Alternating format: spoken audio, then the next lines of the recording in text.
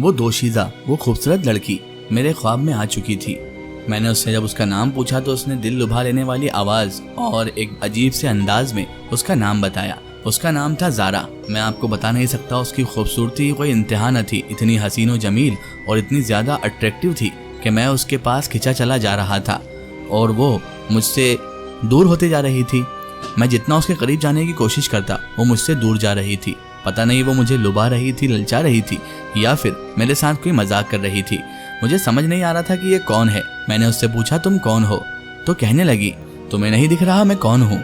मैंने कहा अरे वो तो मैं जानता हूँ, लेकिन तुम कौन हो, कहाँ रहती हो?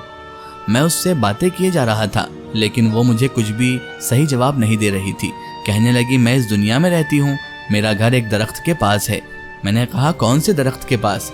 तो कहने लगी तुम उस दरख्त के पास गए हो और तुमने मेरा घर भी देखा है। मैंने कहा मैंने तो आज तक तुम्हें कभी नहीं देखा और वाकई तुम इतनी खूबसूरत हो कि अगर मैं तुम्हें कभी पहले देखा होता तो मैं फिर से तुम्हें देखने ज़रूर आता। कहने लगी अच्छा, हमारी खूबसूरती के क्या दीवाने हो चुके हैं? तो मैंने भी उससे कह दिया वाकई तुम इतनी खूबसूरत हो कि मैं क्या, कोई भी तुम्हारी खूबसूरती का दीवाना हो सकता है। इतना जैसे ही मैंने कहा तो अचानक वो ज़ारा नामी दोशीज़ा, वो खूबसूरत लड़की एक परिंदे में कन्वर्ट हो गई और वहाँ से उड़कर चली गई। और जैसे ही वो वहाँ से उड़ी मैंने उसे आवाज़ दी ज़ारा ज़ारा। इतने में मेरी नींद खुल गई। नींद जब मेरी खुली तो मुझे समझ नहीं आ रहा था ये सपना था या फिर हकीकत, क्योंकि ऐसा लग रहा था जैसे मैं अभी उसी जगह से वापस यहाँ पर अपने बेड पर आ गया हूँ।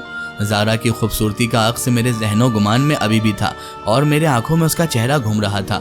वाकई उसे कितना खूबसूरत बनाया गया था।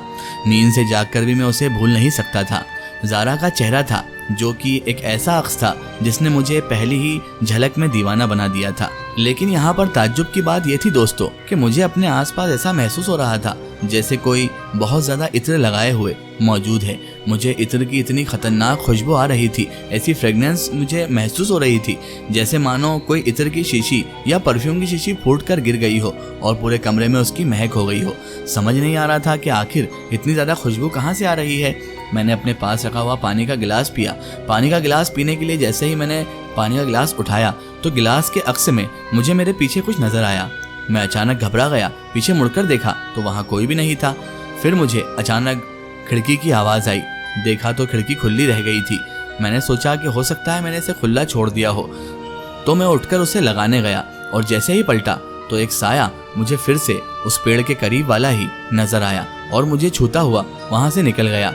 और उसके बाद मुझ पर एक ऐसी गशी तारी हुई कि मैं आपको बता नहीं सकता। जब सुबह मेरी आंख खुली तो मेरे तो होश ही उड़ गए, मेरे तोते उड़ गए, क्योंकि मैं बेड पर था, चादर मेरे ऊपर थी और मेरे पूरे कपड़े गायब थे।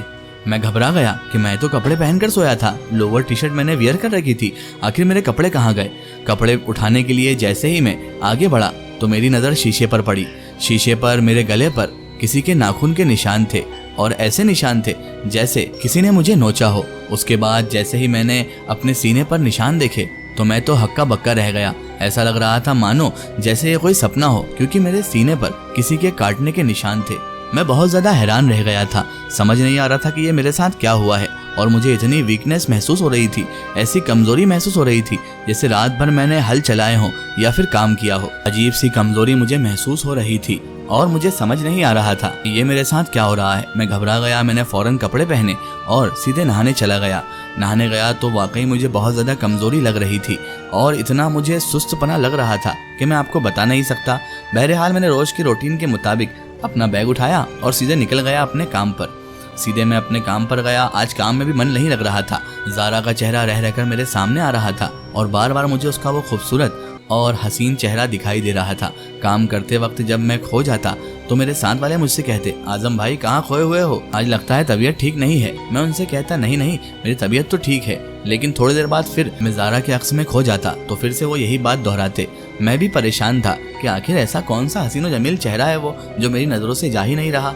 वाकई वो बहुत खूबसूरत थी, लेकिन ऐसा मेरे साथ भी पहली बार हो रहा था। मैंने भी बहुत सी खूबसूरत लड़कियां देखी, लेकिन कभी किसी का अक्स मेरे जहन में इस तरह से छाप नहीं छोड़ गया जिस तरह उस ज़ारा नामी लड़की का था।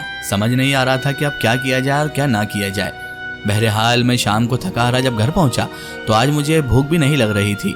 मम्मी के साथ थोड़ा बहुत खाना खाया और उसके बाद मैं अपने रूम में आ गया। रूम में आया तो फिर से वही ख्याल, ज़ारा दिमाग से जाने को राज़ी नहीं थी।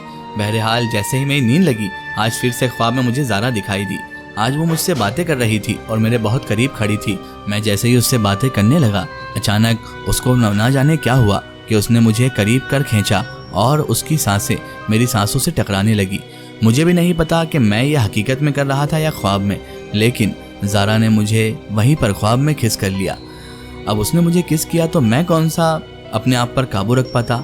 हम दोनों ने वो सारी हदें पार की जो हमें नहीं करना चाहिए थी और मेरी आंखें बंद थी। ख्वाब में भी आंखें बंद करके मैं ज़ारा को महसूस कर रहा था और उसके बेहद करीब था। इतने करीब कि शायद सिर्फ मियाँ बीवी या फिर गर्लफ्रेंड बॉयफ्रेंड ही इतने करीब आ सकते हैं। आपको इशारा काफ़ी है कि मैं क्या कहना चाह रहा हूँ। बहरहाल जैसे ही मैंने अपनी आंखें खोली तो मैं देखकर हैरान रह गया। ज़ारा तो मेरे करीब थी, लेकिन पीछे अजीब सी मखलूक़ात खड़ी थी। कम से कम हज़ारों लोग ज़ारा के थोड़ी दूर पर ही पीछे खड़े थे। उनके चेहरे बड़े अजीब थे और मुझे डर लगने लगा। मैंने ज़ारा को खुद से अलग किया तो ज़ारा भी मुझे वैसे ही लोगों की तरह दिखने लगी। वो हसीन और जमील चेहरा गायब हो चुका था और एक डरावना चेहरा उसके मुंह पर आकर छप चुका था। मैं घबरा गया और ज़ोर से चीखा। इतने में मेरी नींद खुल गई। जैसे ही नींद खुली तो मैंने अपने आप को अपने कमरे में पाया। मैं खुदा का शुक्र अदा करने लगा कि ये सपना था, क्योंकि इतनी खूबसूरत होने के बावजूद अंदर से इतनी खतरनाक बला। मैं तो डर ही गया था, लेकिन अब मुझे घबराहट हो रही थी। फिर से वही इतर की खुशबू मुझे आ रही थी। कल वाली पूरी रात का हादसा मुझे याद आ गया कि कल भी मुझे खुशबू आई थी इतर की, और उसके बाद अचानक से न जाने क्या हुआ और फिर सुबह मेरे जिस्म पर वो निशान बाकी थे। आज इतर की खुशबू आई तो मैं बेड पर ही कंबल ओढ़कर लेट गया। मुझे मन ही मन बहुत डर लग रहा था कि कहीं फिर से कल जैसा कुछ ना हो जाए। मुझे घबराहट हो रही थी। अचानक तभी मेरी चादर एकदम से खिंचा गई। मैं घबरा गया, ये मेरी चादर किसने खींची? जैसे ही उठकर देखा तो आसपास कोई भी नहीं था। अब मुझे और ज्यादा डर लग रहा था। खौफ मुझ पर तारी हो रहा था कि ये मेरे साथ क्या हो रहा है। क्या वाकई मेरे कमरे में कोई बला वला तो नहीं आ गई? मुझे बार बार रह रहकर ज़ारा का ख्याल आ रहा था कि वो भी एक बला थी और ये सब कमरे में मेरे साथ होना। फिर मैंने अपने दिमाग का वहम समझकर इन सबको झटक दिया और सोने की कोशिश करने लगा। अभी 10-15 मिनट ही गुजरे होंगे कि मुझे चूड़ियों की खनक सुनाई देने लगी। मैं घबरा गया। मुझे तो लगा था कि आज मैं मारा जाऊंगा। कोई चुड़ैल उड़ैल मेरे कमरे में आकर बस गई है, लेकिन मुझे क्या पता था कि वो कोई चुड़ैल नहीं है, एक ऐसी बला है जो मेरे पीछे पड़ चुकी है और मुझे ही पाना चाहती है। जैसे ही मैंने पलटकर देखा तो वहां पर कोई नहीं था। लगातार मुसलसल चूड़ियों की आवाजें आ रही थी। मैंने भी गुस्से में आकर और डर के मिले जुले अंदाज में ये कहा, कौन हो तुम? सामने आओ, इस तरह मुझे परेशान मत करो। कौन हो? मैं भी जानना चाहता हूँ मेरे कमरे में आखिर मेरे अलावा कौन है। जैसे ही मैंने इतने अल्फाज कहे, मुझे नहीं पता था कि सच में वहां पर हकीकत में कोई आ जाएगा। मैंने बस डर के मारे ऐसा कहा था और अचानक वहां पर धुआं ही धुआं फैल गया। और जैसे ही धुआं का गुबार थोड़ा सा हटा तो सामने मैं ज़ारा को खड़े देखता हूँ। इसका एक स्टोरी हम देखेंगे इसके अगले पार्ट में।